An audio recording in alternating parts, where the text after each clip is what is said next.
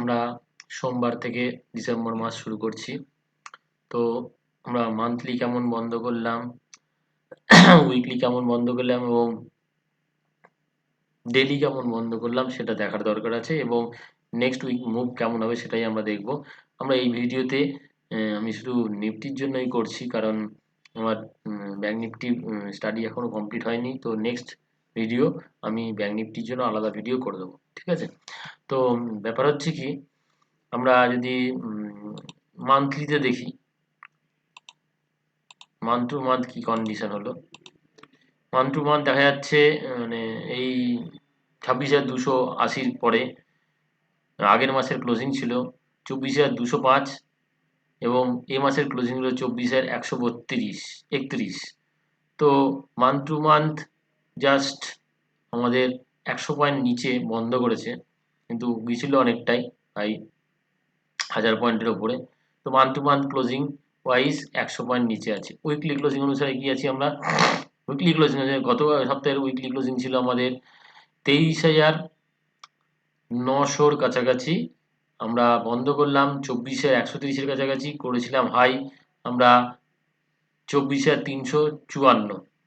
তো weekly closing এ হায়ারে এসছে, কিন্তু হায়ার থেকে সেলিং এসছে।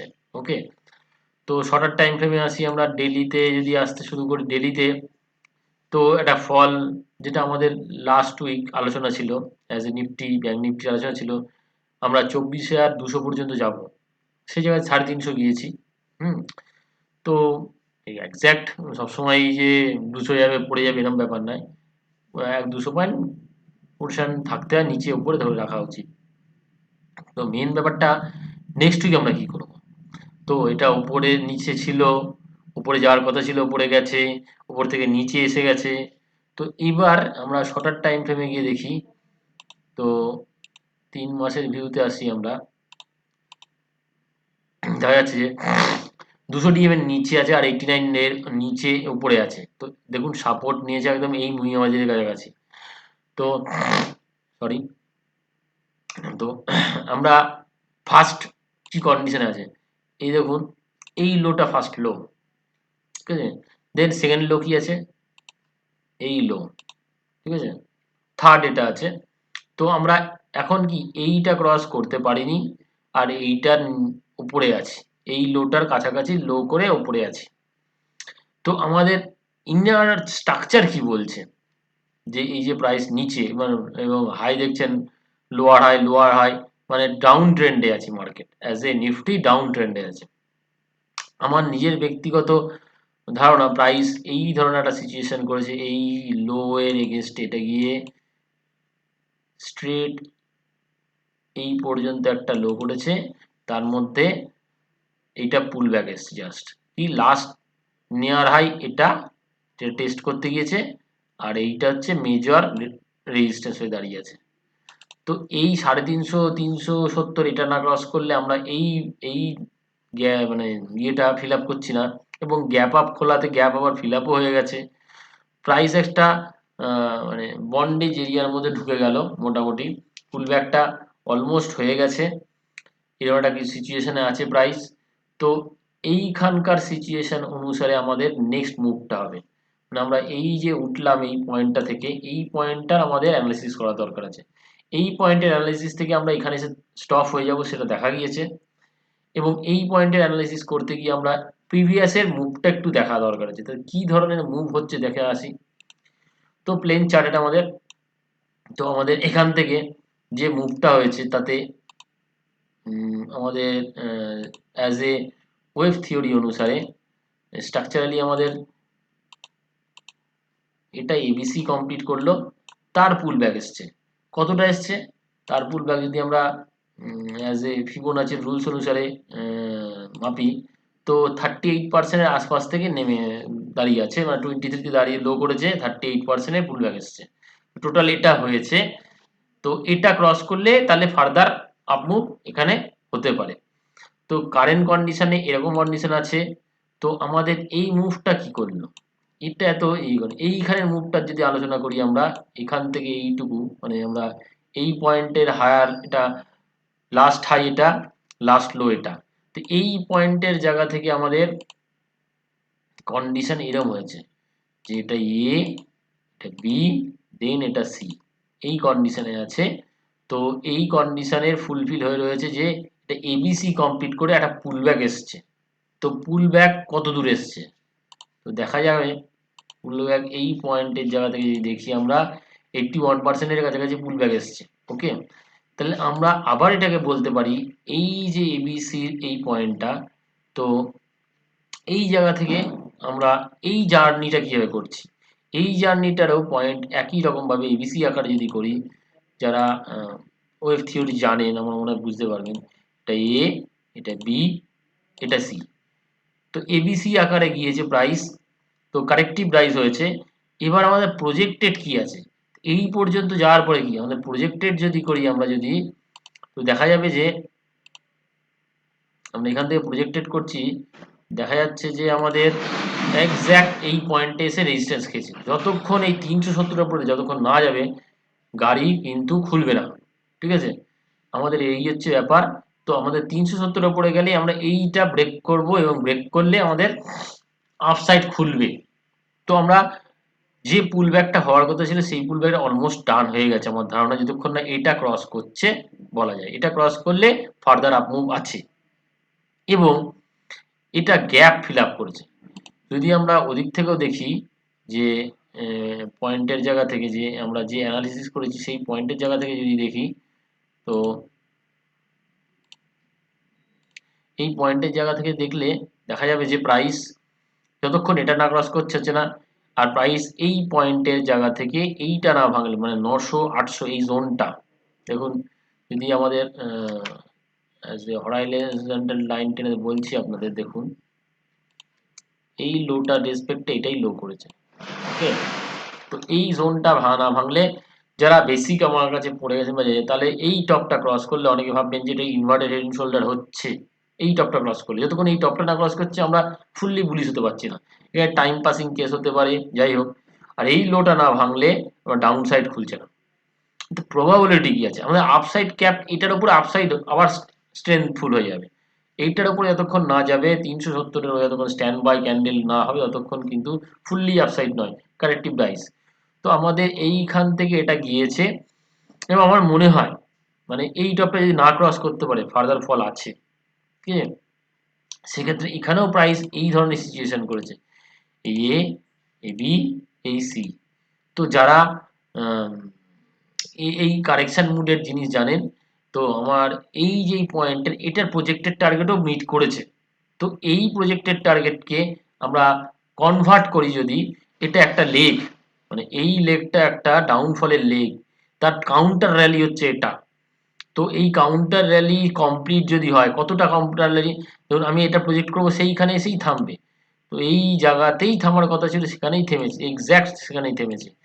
161% থেকে 200% জোনের মধ্যে আটকে গিয়েছে এবং নিচের লেভেলে এই লাইন সাপোর্ট আছে, সেই জন্য এখানে থেমেছে। এবং প্রাইস এই পয়েন্টের ওপরে প্রাইস যে যাচ্ছে তাও পুল ব্যাক 61%-এর ওপরে যায়নি। 61%-এর ওপরে যদি যেতে পারে তাহলেই আমাদের ওপরে যাবে। তো আমরা এখানে এসেই এর ওপরে যতক্ষণ না স্ট্যান্ড বাই হচ্ছে, 180-র ওপরে স্ট্যান্ড বাই হচ্ছে, ততক্ষণ আমরা 250 যাব না।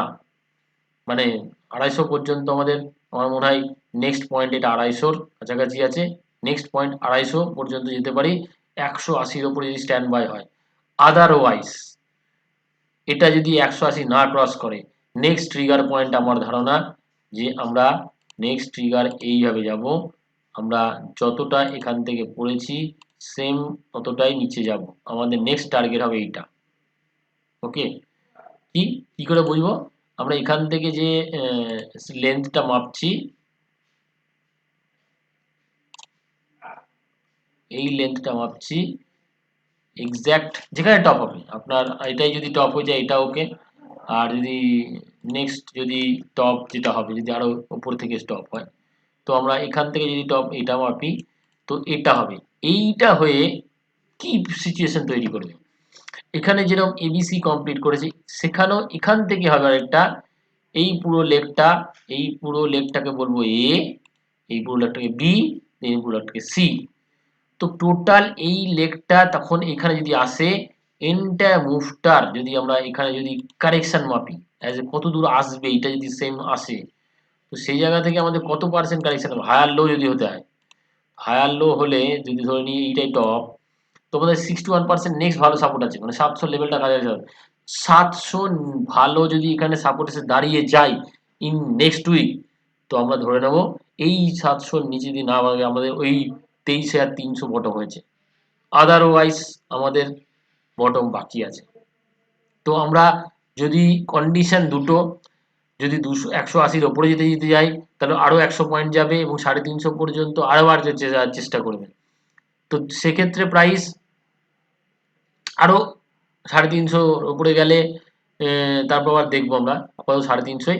তো আমরা দুটো কন্ডিশন, যদি 350 না মানে 180 না ক্রস করতে পারলে তাহলে প্রাইস কিন্তু নিচের লেভেলে আসবে, 700 পর্যন্ত আসার জায়গায় এই উইকে। তো আর যদি প্রাইস এই 180-র উপরে দাঁড়াতে পারে, মানে 180 বলতে কি এই হাইটা, এইটা, এই হাইটা হচ্ছে 180-র আশেপাশে আছে, এই হাইটার উপর স্ট্যান্ড বাই যদি হয় তো প্রাইস সেই জায়গা থেকে উপরে যাবে।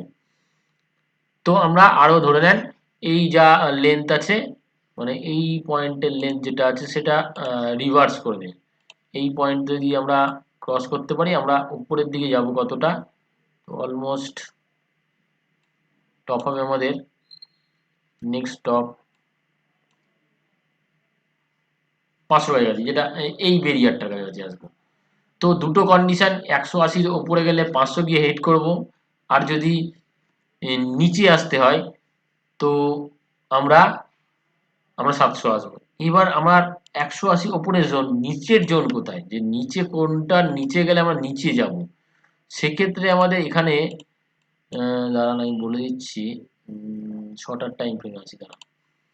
তো দেখা যাচ্ছে যে প্রাইজের এই যে এ বি সি করে আবার এই যে বি করছে, যদি সি করতে হয় তাহলে এই লোটা মানে 24,080 এর নিচে সেলিং আছে, সেলিং ক্যান্ডেল, এটা এর নিচে যদি প্রাইস স্ট্যান্ড বাই হয়ে যায় তো প্রাইস তাহলে কিন্তু নিচের দিকে রাস্তা খুলবে, 700 পর্যন্ত রাস্তা খুলবে।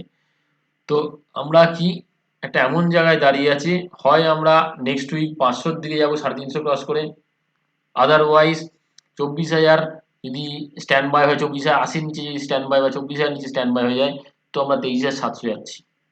এই দুটোই আমার নিফটির জায়গা থেকে ভিউ। এবং আমি একটা জিনিস বলি, যদি আমার 23,700 গিয়ে অ্যারেস্ট হয়ে যায় আমাদের নেক্সট জার্নি উপর দিকে আসবে, আমরা কারেকশন ওভারের দিকে এগোবো, এবং সেটা স্টপ লস হবে যে লো করে গেছে, মানে যে লো করে গেছে বলতে এই যে লোটা, এই যে 23,300-200 এই জোনটা, এটাই তখন স্টপ লস হবে এন্ট্রির জন্য। যদি ওটা ভাঙে তাহলে ফার্দার আমাদের ফল হবে, আদারওয়াইজ এই রেঞ্জের মধ্যে বা এখান থেকে উঠে যাওয়ার চেষ্টা করবে। তো আমরা কারেকশনের অনেকটা পার্ট কমপ্লিট করে এসেছি। তো আমরা যদি ন্যাচারালি আমরা পড়তে হলে আমাদের বাইরের মার্কেট না পড়লে আমরা পড়বও না আমার মনে হয়। একটা খারাপ নিউজ আছে জিডিপির, আমার জিডিপির অ্যাজ এ যতটা আসার কথা সেটা আসেনি, সেই জায়গা থেকে মার্কেট সোমবার কিরম রিয়াক্ট করে সেটাই ব্যাপার আছে। মার্কেট যদি গ্যাপ ডাউন খোলে, মানে এইগুলোর নিচে এসে খোলে 900, তাহলে কিন্তু প্রায় 700 আসছেই, এটা কনফার্ম। তো মেবি 700-র কাছে এসে দেখতে হবে আমাদের নেক্সট আমাদের 23,300-200 টেস্ট করতে আসে কিনা, তার আগে পর্যন্ত আমরা ওইটুকুই ভাবছি আমরা।